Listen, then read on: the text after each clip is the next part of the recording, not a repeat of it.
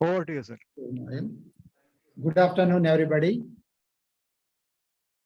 A warm welcome to the second session of FDP. It's my pleasure to introduce the resource person of this session, Dr. Benny Karunakar to you. Dr. Benny Karunakar is currently working as an associate professor in the Department of Mechanical and Industrial Engineering at IIT Roorkee, Uttarakhand. He obtained his MTech as well as PhD degrees from IIT Kharagpur, West Bengal. He has guided 11 PhD and many MTech candidates. He has published more than 100 journal publications and presented papers in many conferences. He is a member of few professional bodies. He has received research grants from SCRB Government of India. He has visited few foreign universities in Japan, Israel, UK, Switzerland, Germany. His research areas are metal casting and investment casting process. For any further information, you can interact with Dr. Benny Karunakar during question and answer session. And also you can log on to his personal webpage at IIT Roorkee. With this small introduction, I conclude my speech and I request now Dr. Benny Karunakar to take over the session. Over to Professor Benny Karunakar.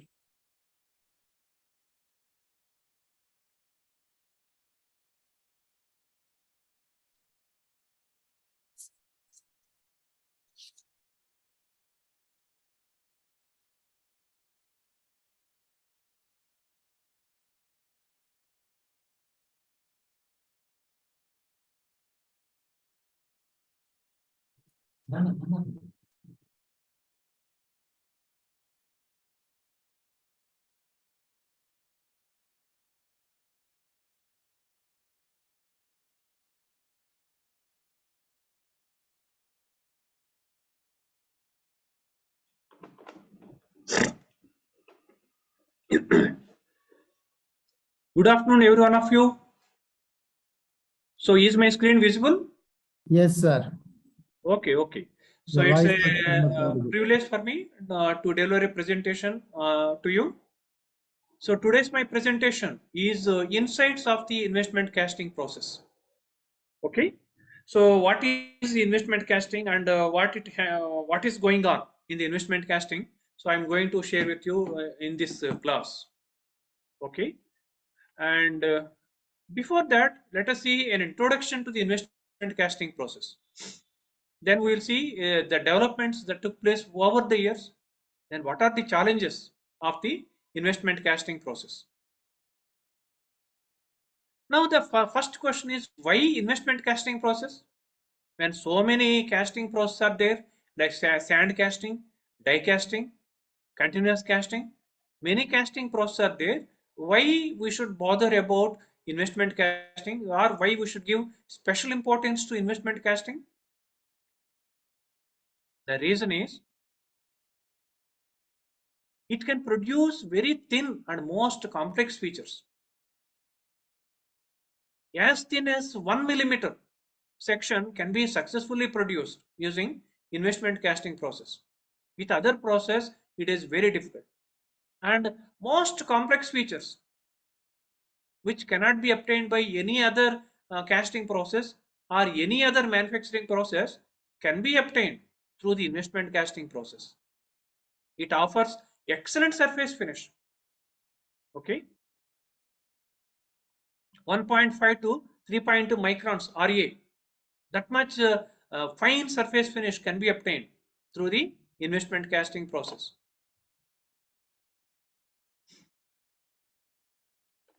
Next one, it offers excellent dimensional accuracy, especially with the sand casting process. The dimensional accuracy is very poor, whereas with the investment casting process, the dimensional accuracy is very good.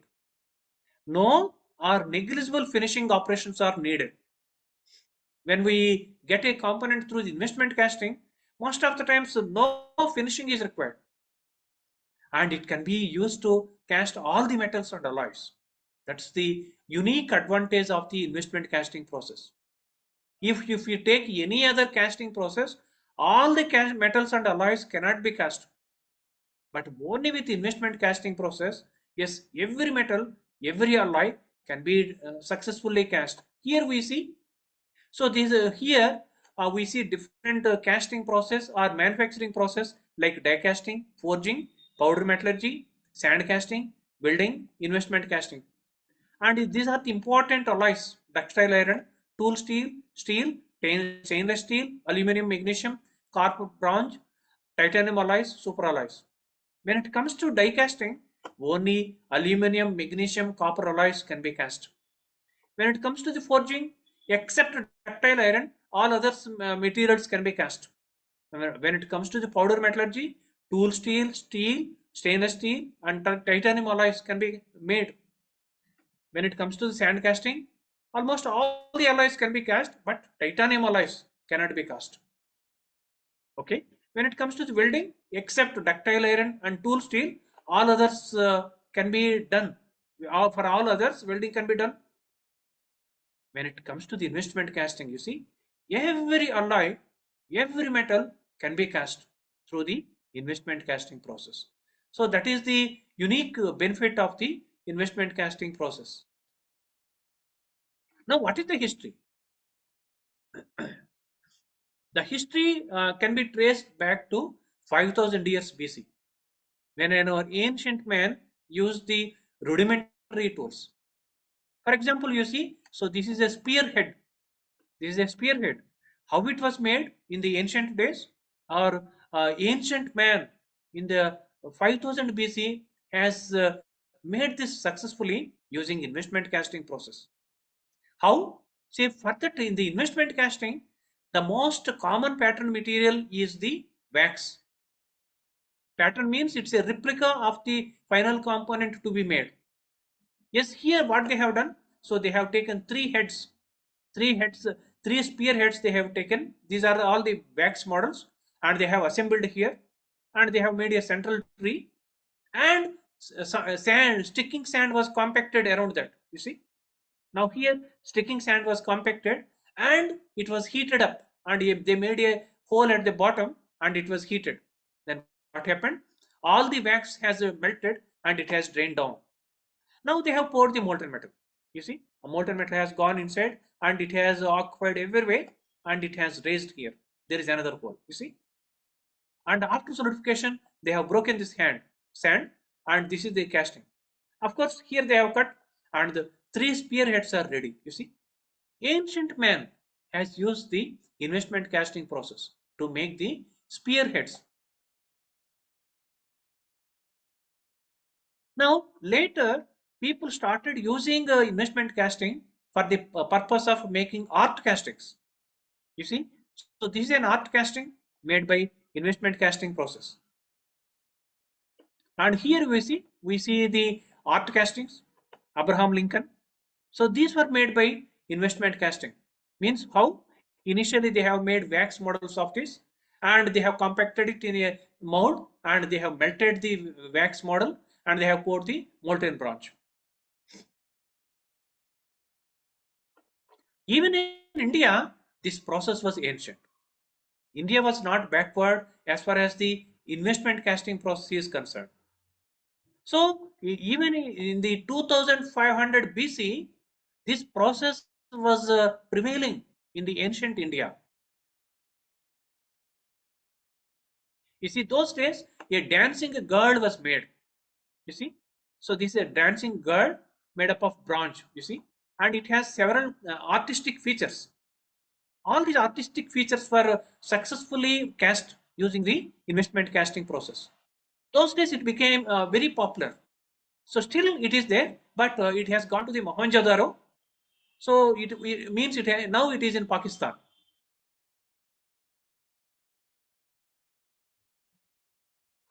Now later it was used for making dental crowns in the year 1897, about 125 years back. So this process was used for making dental crowns. You see, so this is a artificial dental crown. You see this one. Later, after the Second World War, or during the Second World War, lot of demand was there for the turbine blades. So that time, even the turbine blades were manufactured using the investment casting process. Turbine blade has a very complex profile. You cannot say that it is plain. You cannot say it is flat. You cannot say that it is symmetrical. It's a totally complex profile. So for that complex profile, yes, this is the wax model. You see, the wax model, and this is the turbine blade. Now, what are the applications of the investment casting process? Let us briefly review. Art castings and jewelry castings, both general and specialized engineering, relatively simple levers to impeller wheels for diesel turbochargers, extremely complex thin-walled electronic chassis components and medical hardware including surgical implants, dental crowns and many more can be manufactured using investment casting process. Okay. Some of the examples, you see, these are the micro components, miniature demonstrative, miniature components. Now you see this turbine blade. This turbine blade, you see, high complexity is there in manufacturing. So these are made by the investment casting process. Now these are the pump and valve components. These are made by the investment casting process. This is hardware lock components, you see. So these are made by the investment casting process. Military and firearm castings, these are made by the investment casting. So these are the tool steel parts. Again, these are made by the investment casting. So this is the high speed high speed steel face milling cutter. Several times you might have seen this is the face milling cutter. So this is made by the investment casting process. Now you see these are the Pelton wheel blades. So these are made by the investment casting. Say revolver frame. This is also high precision component. So this is made by investment casting. So this is the duplex stainless steel corrosion resistant valve made up of investment casting. Investment casting of aluminum magnesium alloys, aerospace components made by the investment casting, aluminum automotive components made by investment casting, investment casting of copper, bronze and brass, copper casting, locomotive accessories, these are all made by investment casting, investment casting of titanium alloys, very important these days. Yes, jet engine diffuser, a titanium Formula One race car suspension part, these are made by investment casting. Now medical implants.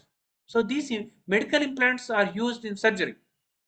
So most interesting fact part of titanium is, so it is accepted by the human body.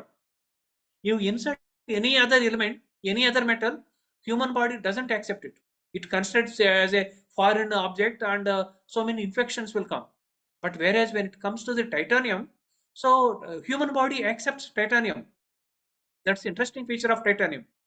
But fortunately or unfortunately, other casting process cannot be used to manufacture titanium components.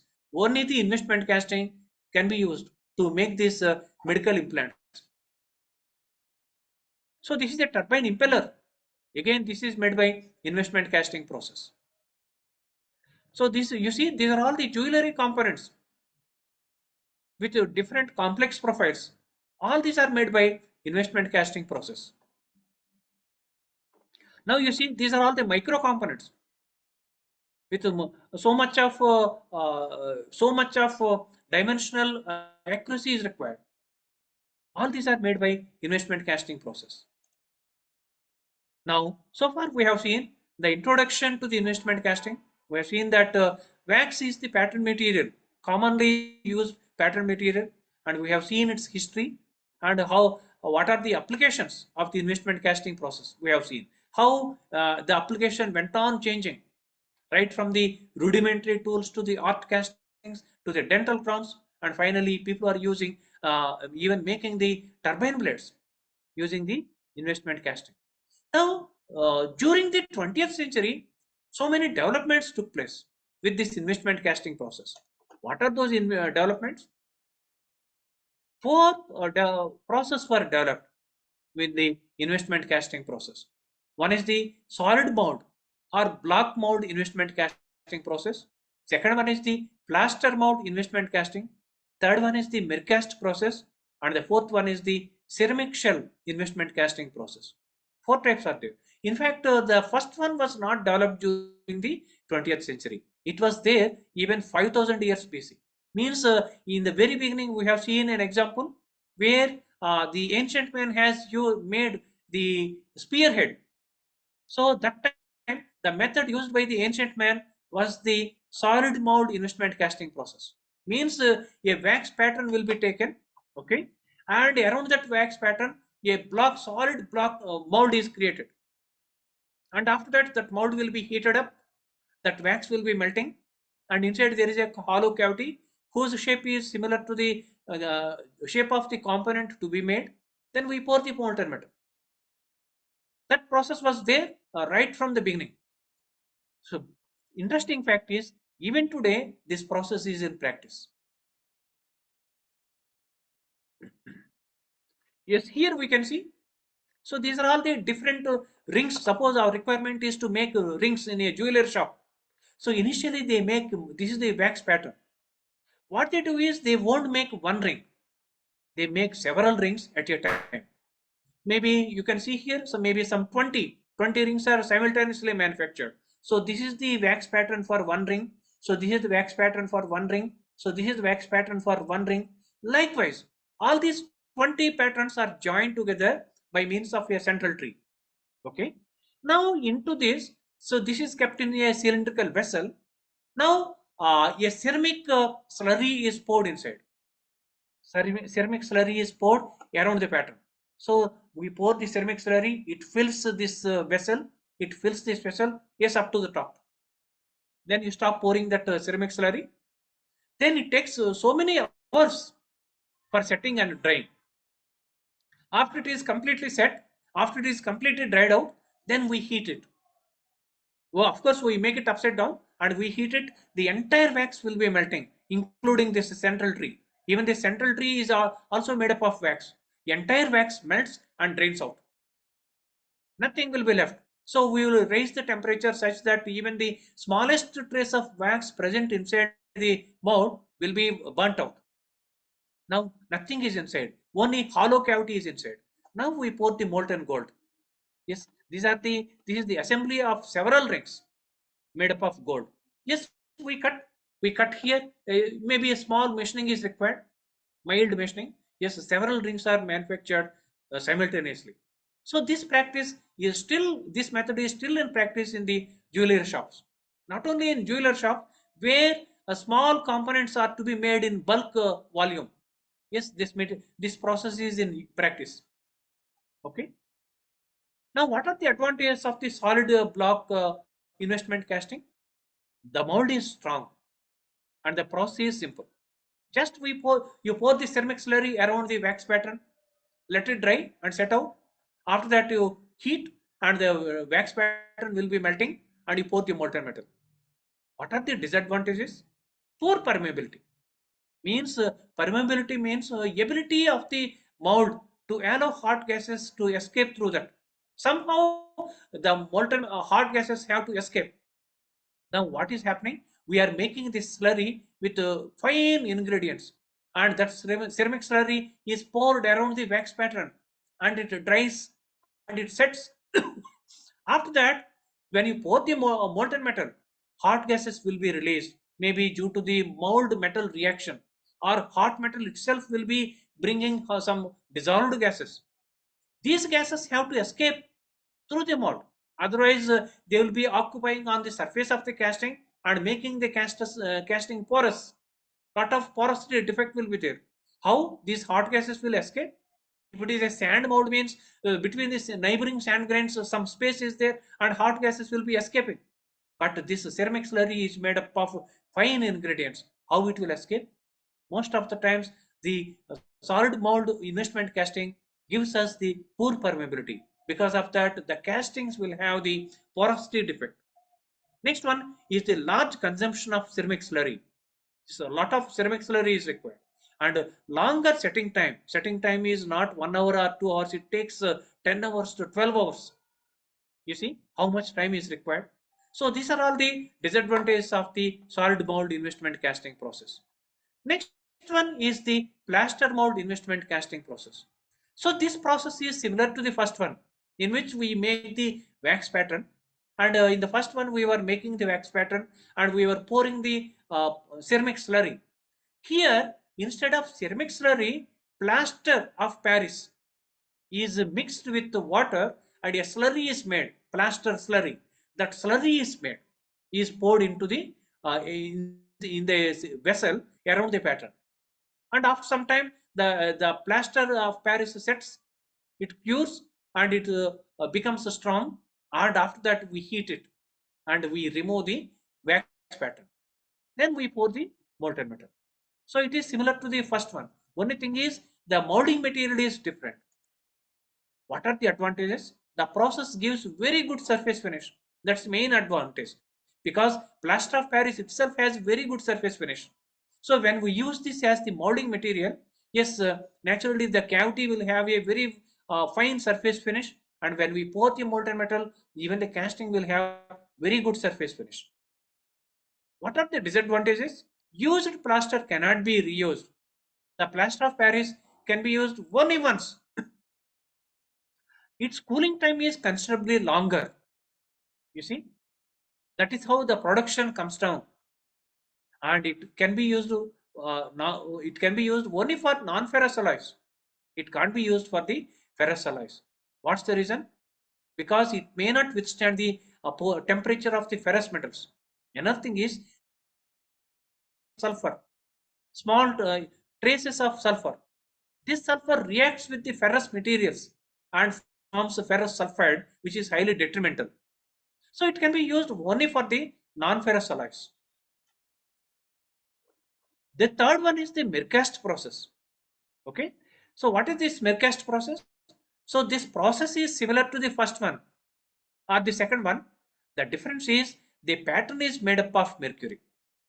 We all know that mercury at room temperature is in liquid state. That is well known to us. But you know, it will be in the solid state at minus 39 degrees centigrade. So what they do is they make a pattern using mercury at minus 39 degrees centigrade. At minus 39 degrees centigrade, you give any shape to molten of mercury, and you reduce the temperature to minus 39, and whatever you shape is given to it, and once it is frozen, yes, it retains that shape, and around that a ceramic shell is created. Okay, ceramic shell is made around the mercury pattern by repeatedly applying ceramic slurry and stucco.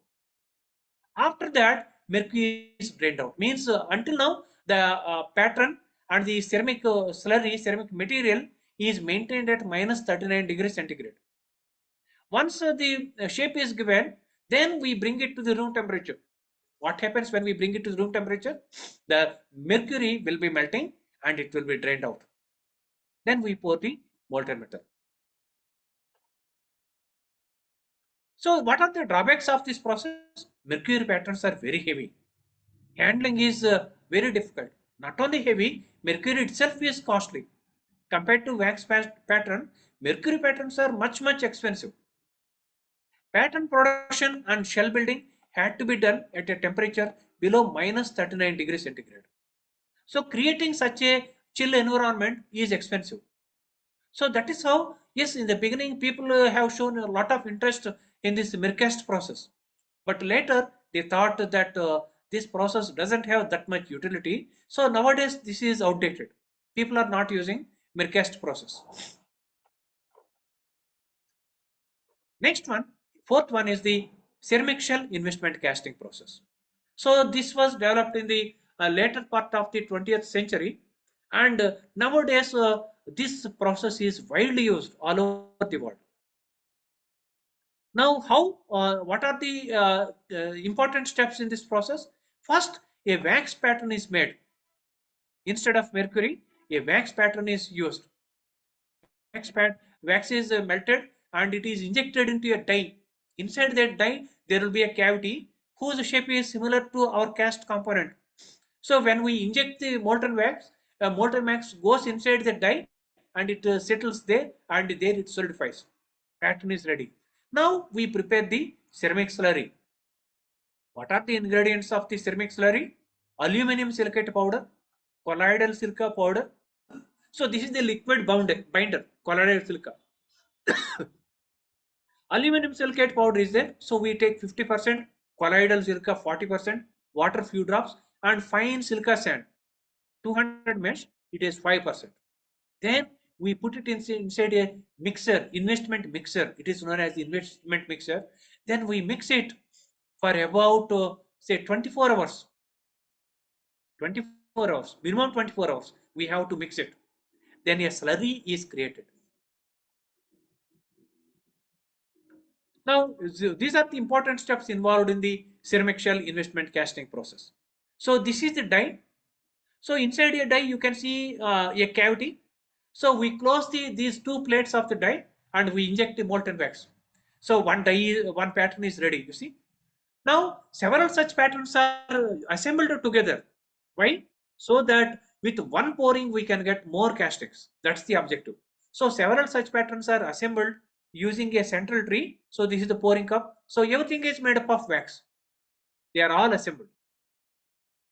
Next one, so we make the ceramic slurry and we dip this assembly inside the ceramic slurry, take it out.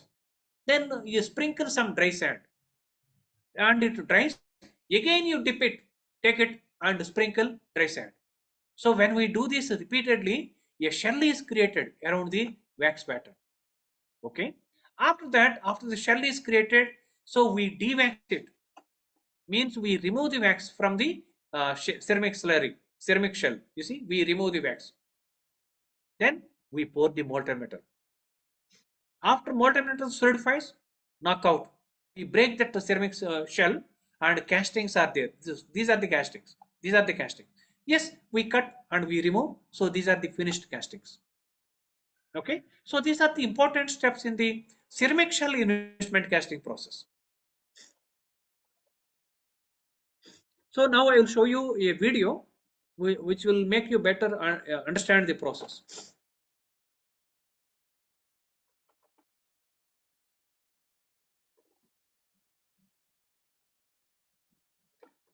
Here you can see. So this is the die. Wax pattern is ready. You see. So that is the wax pattern. Yes. Now several such wax patterns will be assembled together. Yes, they are assembling the wax patterns.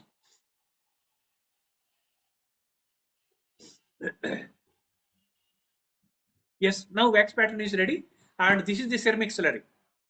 The wax patterns are dipped inside the ceramic slurry. You see, robot is doing that job. Now dry stucco will be sprinkled over these patterns.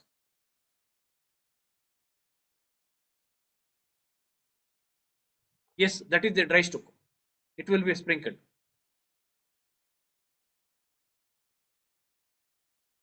Again, it will be dipped inside the ceramic slurry. You see, again it will be dipped, taken out. Again, dry stucco will be sprinkled. Yes, again dry stucco will be sprinkled.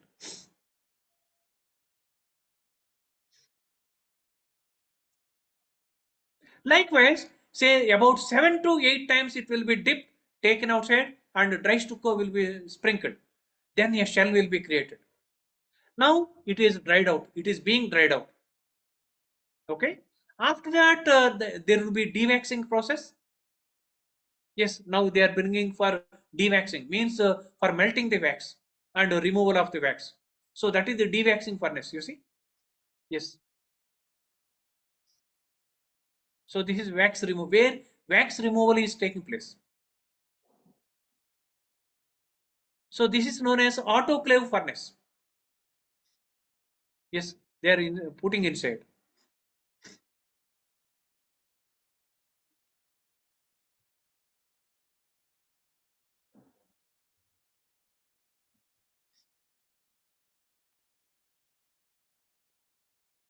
Now, yes, now the wax is removed. He will bring it outside.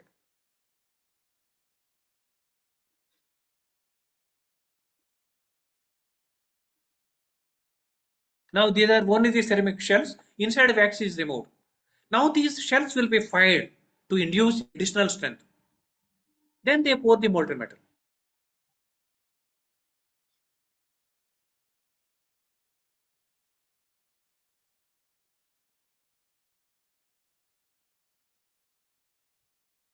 Now the ceramic shell is fired so that it gains additional strength. Now they pour the molten metal.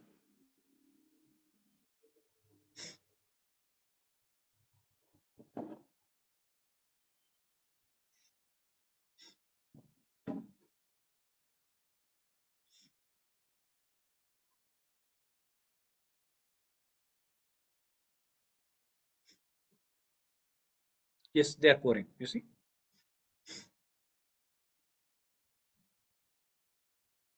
And after it solidifies, they remove the shell. Yes, now they are removing the ceramic shell. Break means they are breaking the shell.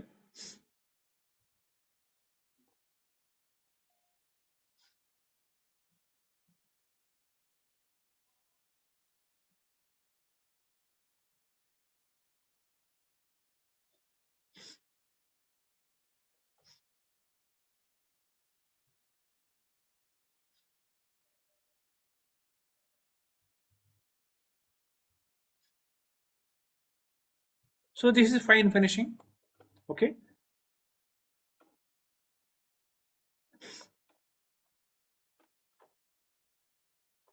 Now this is manufacture of a turbine charger rotor. You see. So you can see here. This is the turbine. So this is a turbine rotor. You see this one. So how it is made? See, initially a wax pattern is made. You see, wax pattern, and again yes, same procedure. So this will be dipped inside the ceramic slurry, taken out, and dry sand stucco will be sprinkled. Likewise, say when they do it, so this is the ceramic shell. So this is the ceramic shell, and after the molten metal is poured, yes, this is the final rotor. It looks like this. You see. Now, what are the challenges of the ceramic shell investment casting process? So far, we have seen so different casting process we have seen. Okay, there is different developments we have seen and applications. Now we are dealing with the fourth one, the ceramic shell investment casting process. Now, in that, what are the challenges? The main challenges are one is the gas porosity, second one is the shell cracking. Gas porosity means due to the poor permeability, hot gases that are coming with the molten metal or that are evolved due to the mold metal reaction, they will be lying on the surface of the casting and makes fine bubbles. That is the gas porosity. Shell cracking means yes, the ceramic shell should be strong enough to withhold the metal, but it cracks sometimes. So these are the main challenges in the investment casting process. Now let us deal with these challenges, what people have been doing all around the world and how these problems are dealt. That we will be seeing later. Now, first one is the gas porosity. Yes, a gas porosity defect looks like this. So this is the casting. When there is a gas porosity, yes, the porosity looks like this. What are the reasons? Important factors responsible for gas porosity. One is the excessive ash content in the pattern wax. What is this ash content? Do you know? Now, not a single wax is used for making the pattern.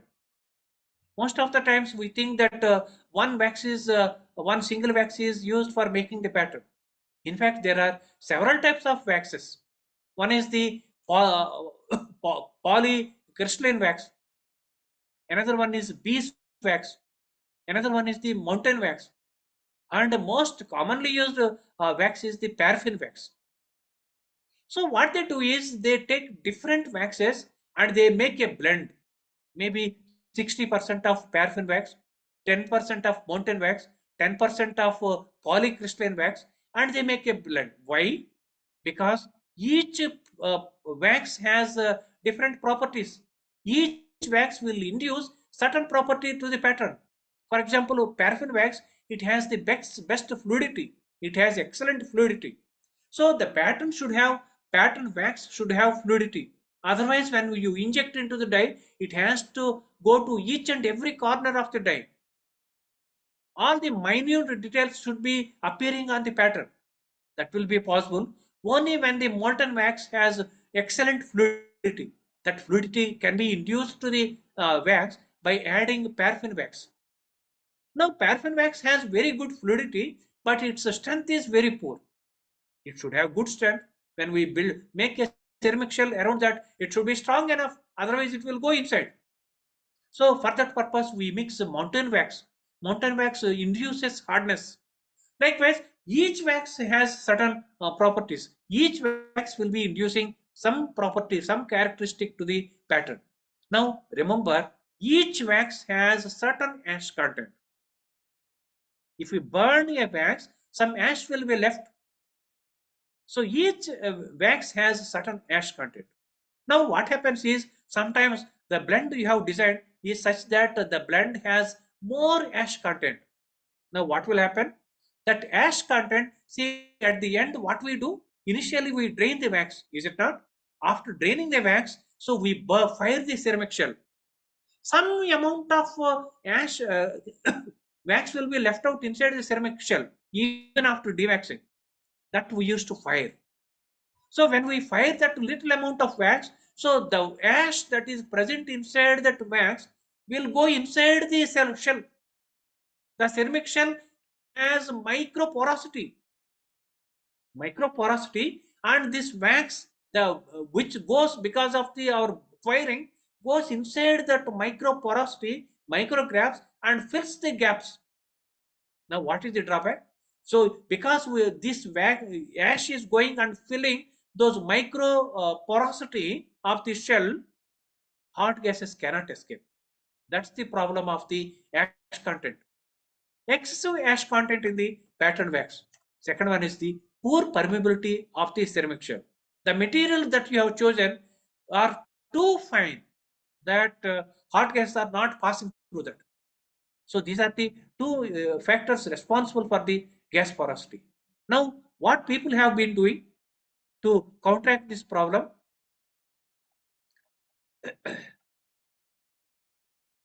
Pattern is prepared by inject molten wax along the resins and fillers and into a metallic die. So this is a wax injector. Now these are all the waxes used for preparation of wax blend. Paraffin wax, microcrystalline wax, I have told you, candelina wax, carnauba wax, beeswax. So yes, every wax has certain ash content. So you design such that the ash content is minimum. Next one, poor permeability of the ceramic shell. So what to do? You should not choose very fine ingredients. You should choose somewhat coarser ingredients. Prevention of the gas porosity by modifying the slurry. First one is using a blend that has minimum ash content that we have already seen. Second one, improving the permeability of the ceramic shell by mixing of special additives to the ceramic slurry. People have added certain special additives to the ceramic slurry. What are they? So these are the ingredients of the ceramic slurry. Refractory floor, so 60 to 80%, liquid binder, solid binder. So under the refractory floor, we have zirconium silicate, fused silica, fused aluminum oxide. Any of these three can be used. And under the liquid binder, we have ethyl silicate or colloidal silica. Now, there was a team in UK. So Yuan and Jones. So they have made an attempt.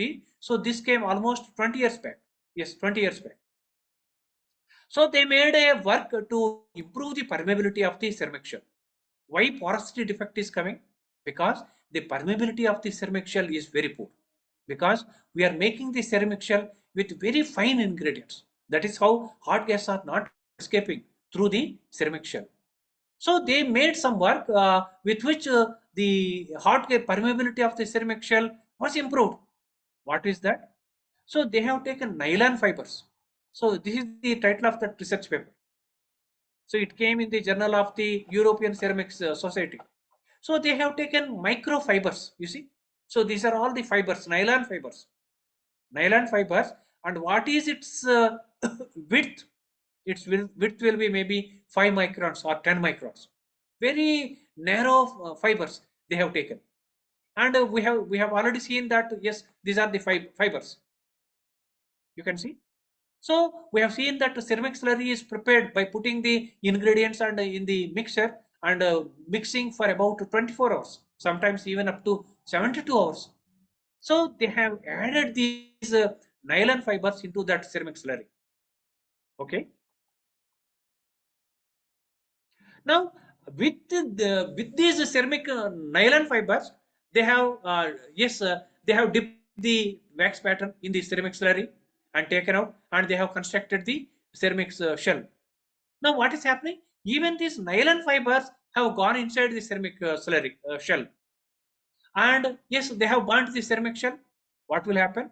These nylon fibers were burnt totally, and they created micro paths to enable the escape of the hot gases.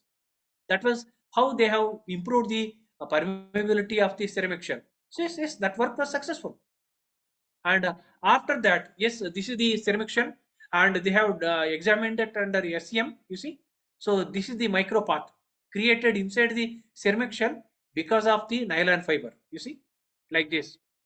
So this is a nylon fiber. Yes, see, a micropath is created like this. Don't think that it is very big. This is very small. You see, so this is only 40 microns. Means very small, very small.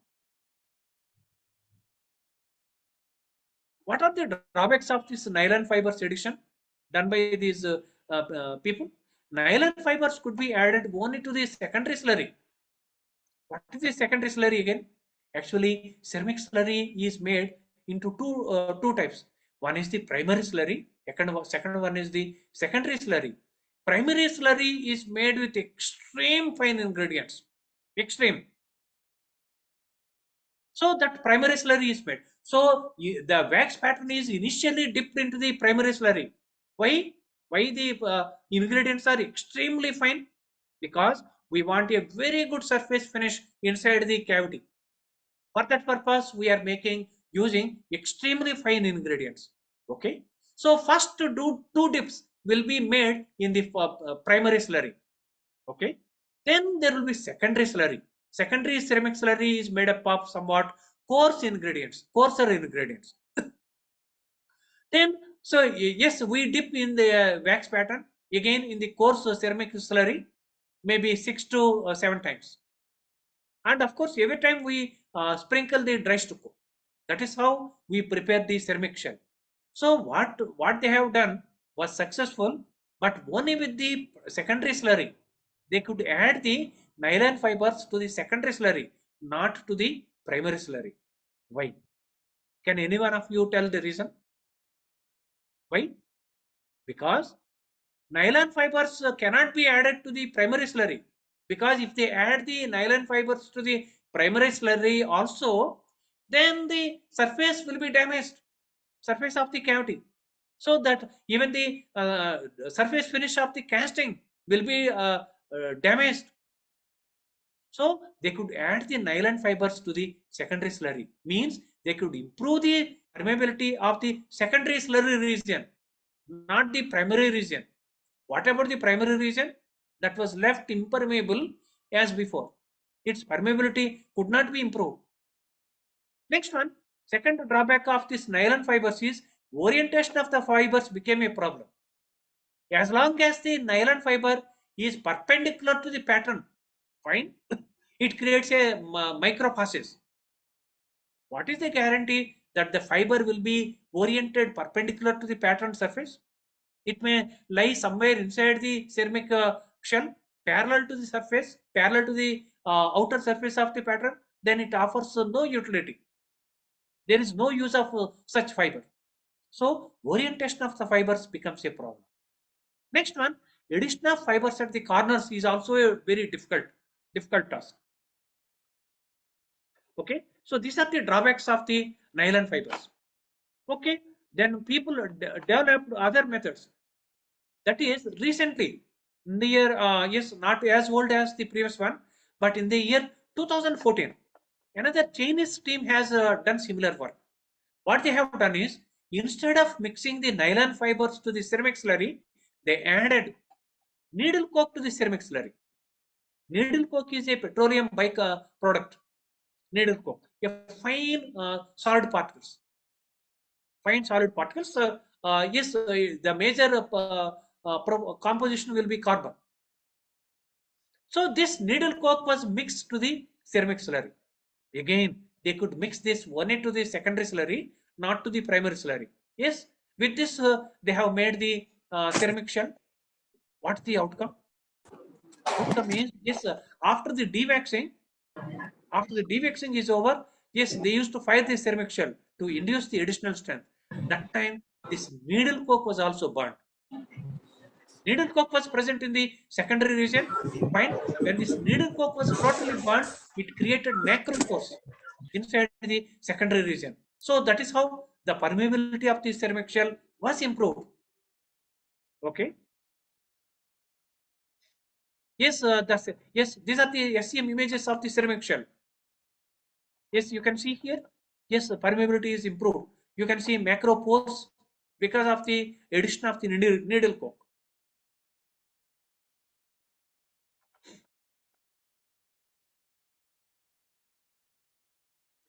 What are the drawbacks of the needle coke addition to the ceramic slurry? Needle coke was added only to the secondary slurry. Same problem, which was which the problem faced by the previous researchers. They could not add this needle coke to the primary slurry. Why? What happens if they add it to the primary slurry? The purpose of the primary slurry is to create a fine surface finish inside the cavity. Then this coke, when this coke burns, needle coke burns, the fine surface finish will not be there. The cavity will have poor surface finish. So that is how needle coke could not be added to the primary slurry. Second one, carbon diffusion into the cast component. What is this needle coke? It is what is its composition? It mainly consists of carbon. Yes, when it is burned, what will happen? The carbon goes inside the inside it will be carbon will be inside the ceramic shell, and when you pour the molten metal, this will be diffusing into the molten metal, and it makes the cast component brittle or hard. Okay, this shell becomes extra brittle. The cast components becomes brittle. Even the shell becomes brittle. What happens during the material handling? If something touches, it breaks. So these are the drawbacks of the needle coke addition. Remember, whether it is the nylon addition or the needle coke addition, it could be done only to the secondary slurry, not to the primary slurry, right? Now, this is the research work at IIT Roorkee. We have established a investment casting research laboratory at IIT Roorkee. Now, in our laboratory, we could improve the permeability of the secondary region as well as the primary region. The previous researchers could improve the permeability of the secondary region because they have added nylon fibers and needle coke to the secondary slurry. They could not add anything. They could not modify anything in the primary slurry. But we have improved the permeability of the primary region also. How? We have added camphor to the primary slurry, and we have added needle coke to the secondary slurry. You see, camphor is highly volatile, means it undergoes sublimation. So when you heat it, it turns into vapor. So that is the idea. So small amount of camphor was added to the inner slurry or the primary slurry, and small amount means 2% is added to the secondary slurry. And yes, we have made these two slurries separately. Then we have dipped the wax initially into the primary slurry, and we have taken and we have sprinkled the dry stucco. Then we dipped into the secondary slurry in which needle coke is mixed. Then yes, we mixed it again and again. Yeah, every time we were sprinkling the dry stucco, a shell is created, and after that dewaxing was done, and after that firing was done. Now you see, so these are the microstructural analysis of the surface of the ceramic shell using SEM. You see here, you can see. So this is the porosity due to the presence of the needle coke. Okay. So this is the conventional shell. No such porosity, no such passes. But here, so this is the modified shell in which camphor and needle coke are added, and here you can see there is a micro passes. So this will enable escape of the hot gases. Now this is how we have measured the permeability. Okay, so this is the permeability tester. What is the mechanism? So we have made the cylinder spherical specimen. So this is the testing specimen which is spherical in nature. So this is a silica tube, silica glass tube. So this is connected to the silica glass tube. Now how it is connected, you see. So here is a compressor, air compressor, through which pressurized air will be coming. So this is the regulator, and here is a airflow meter. Two airflow meters are there. So these airflow meters will be giving us how much air has passed through that. So it will give you the measure of the air passing through them. Now the air flow will air will be passing like this, and it comes like this, and it passes through the test specimen, and it goes out to the atmosphere. Okay. So initially we have kept the conventional specimen, means without any camphor, without any needle coke, and we have measured the how much air has passed. So these two airflow meters have given two readings we have added. Okay, and it gave the amount of air that has passed through them. Next we have removed this specimen, and we have inserted yes another specimen in which the needle coke and camphor are added. Again, yes, hot gases will come. Yes, hot gases, air will come through the compressor, regulator, and they will be passing through the flow meters, and they come through this pipe and pass through the test specimen and goes to the atmosphere. Now, in the second case, when we have added needle coke to the secondary slurry and camphor to the primary slurry, more air was passing. That is the observation. What does it mean? So here the test specimen has more pores. So that is how more air has escaped to the atmosphere. Means the camphor and needle coke addition has successfully improved the permeability of the both inner and outer sections of the ceramic shell, or primary and secondary regions of the ceramic shell. Next one is the shell cracking. We have seen how to handle the gas porosity. We have seen that gas porosity arises due to poor permeability, and we have seen how people at different countries are dealing with this poor permeability by adding nylon fibers or by adding needle coke. And we have seen how at IIT Roorkee we have improved the permeability of the ceramic shell by adding camphor and needle coke to the primary and secondary slurries.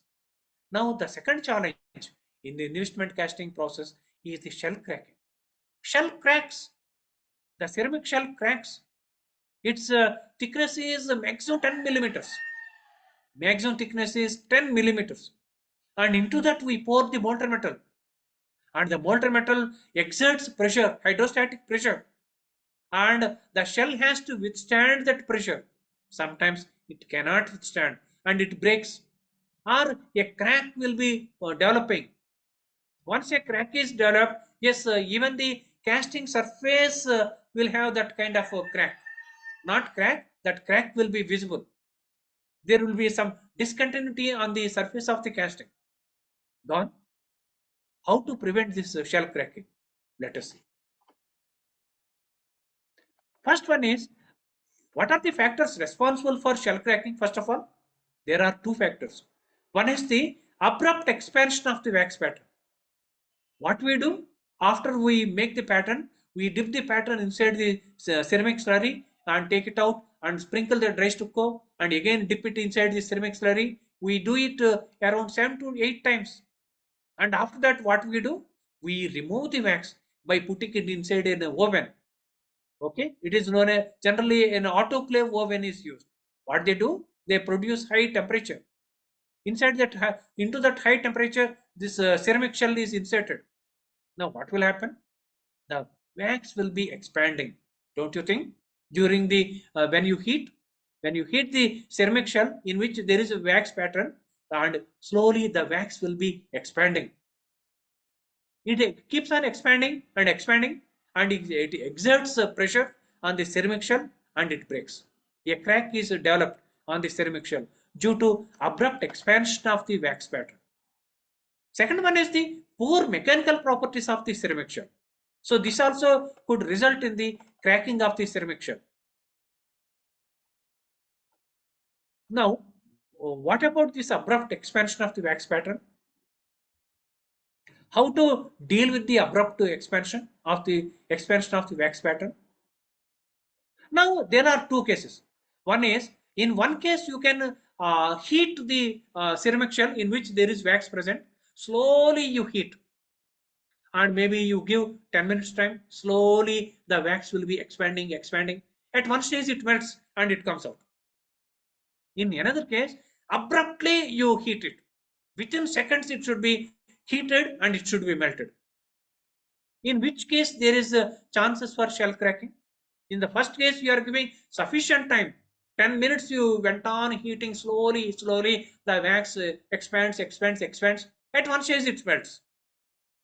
10 minutes, it has taken 10 minutes, and it has taken chance 10 minutes to expand the ceramic shell, to exert pressure on the ceramic shell.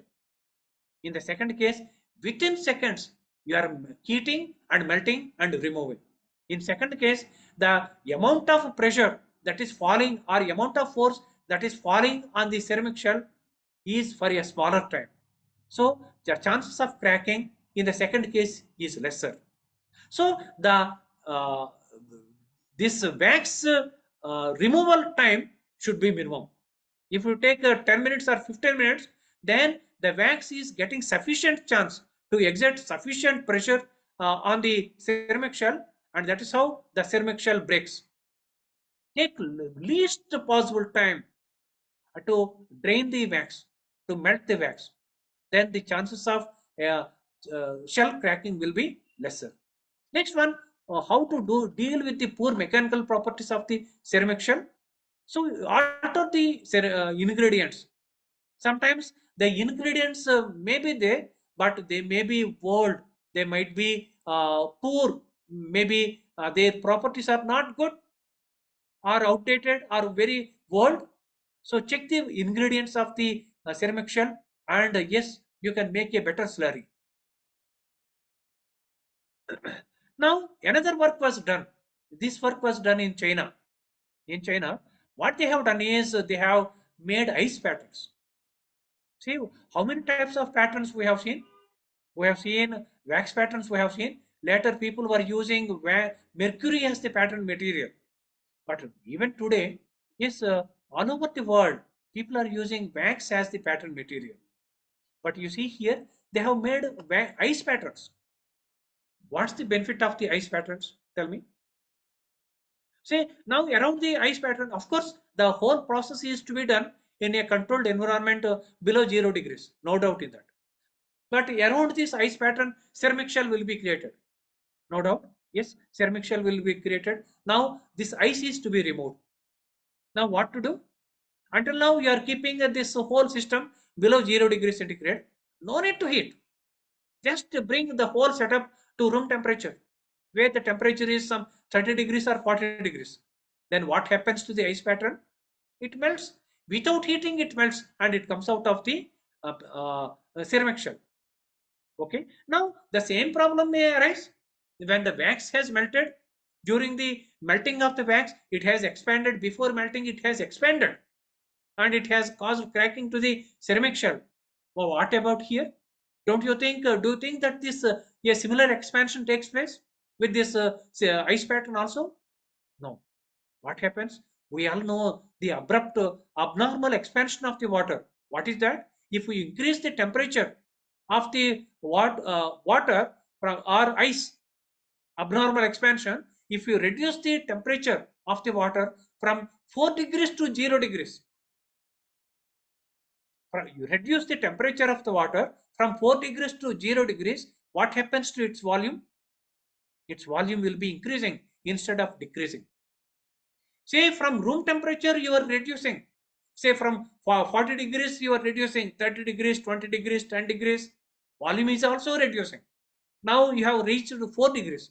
From 4 degrees onwards, if you reduce the temperature, now volume will be increasing. That we know very well. So this is known as the abnormal expansion of water. The reverse process is also equally true. When you increase the temperature of the ice from 0 degrees to 4 degrees, what will happen? Any other solid material and its volume will be increasing. Whereas with ice, the volume will be decreasing till 4 degrees. By that time, it is totally melted and it is drained out. So do you think that there will be any pressure falling on the ceramic shell during the removal of the pattern? Absolutely no. So that's the advantage of the using ice pattern. No question of cracking the ceramic shell. But what are the limitations of this process? The process has to be carried out below 0 degrees centigrade. Okay, maybe a small patterns can be made successfully made, but when it comes to the big patterns, so it may be difficult. Now these are the ice patterns. Okay. Okay, with this I am closing my presentation. So if you have any questions, you can ask me.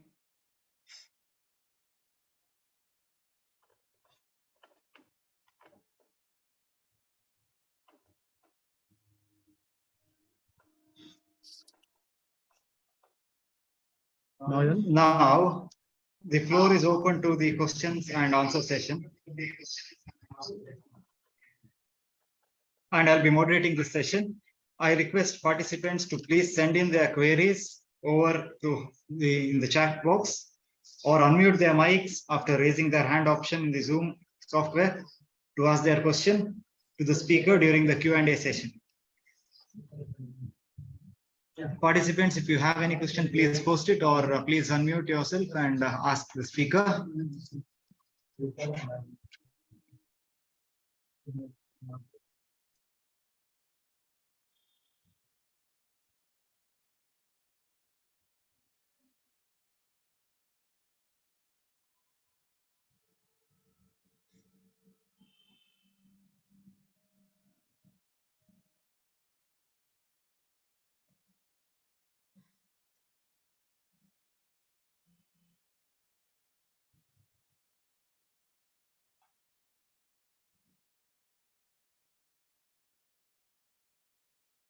Any doubt related to participants, any what we have questions done? or any doubt?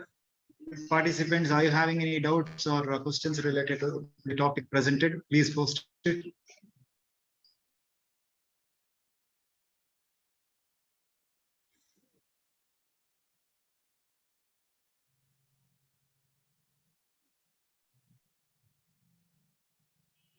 Hello, sir. Yes, yes. Sir, this is Kenyu Sherwin from St. Joseph Engineering College. Okay. Sir, I had a question. Yes, please. You spoke about the addition of needle coke and camphor. Now, does the size of the sample have any effect on this property, sir? Just a minute. Just a minute.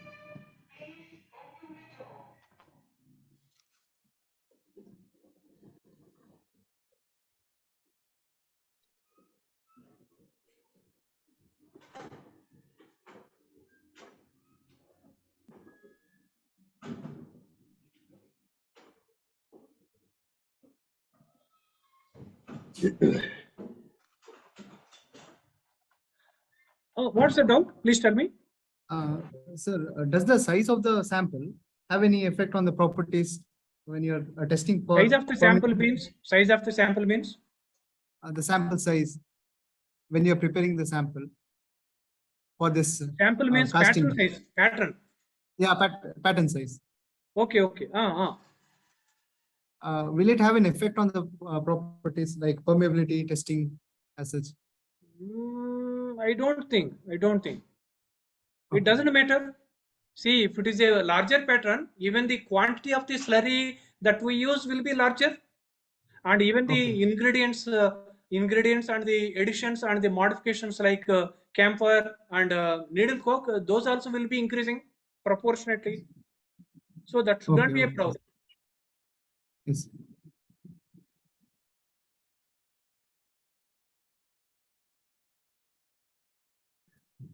Sir, Yes, please tell me. Regarding that permeability in your research lab, I mean, what is the percentage of improvement that you have achieved in the permeability? Oh, actually, that data I have not brought. I have not shown. So due to the shortage of time, so actually we are busy with our exams, so that data I could not collect that data. So this is the recent work. So definitely there is a improvement. What I heard is about 10 to 15% improvement. Oh, okay. 10 to 15% improvement minimum. Oh. Okay. Improvement is there. Improvement is there.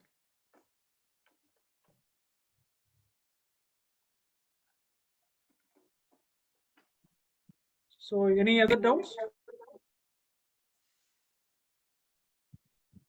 Participants, you have any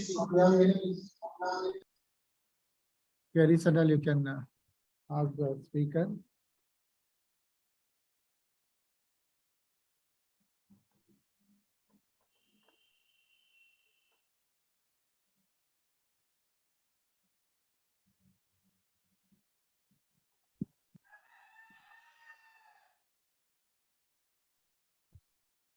Sir, I think there are no other doubts. I think we can conclude it. Thank you for the enlightening session. I request Dr. Kenneth Sherwin, Assistant Professor in the Department of Mechanical Engineering, SJSC, to give the vote of thanks.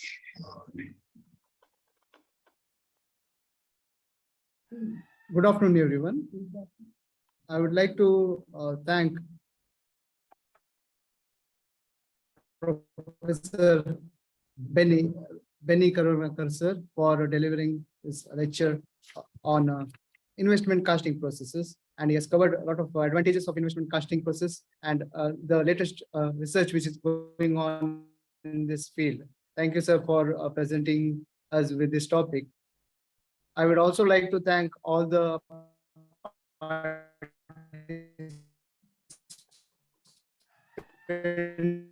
for attentively listening.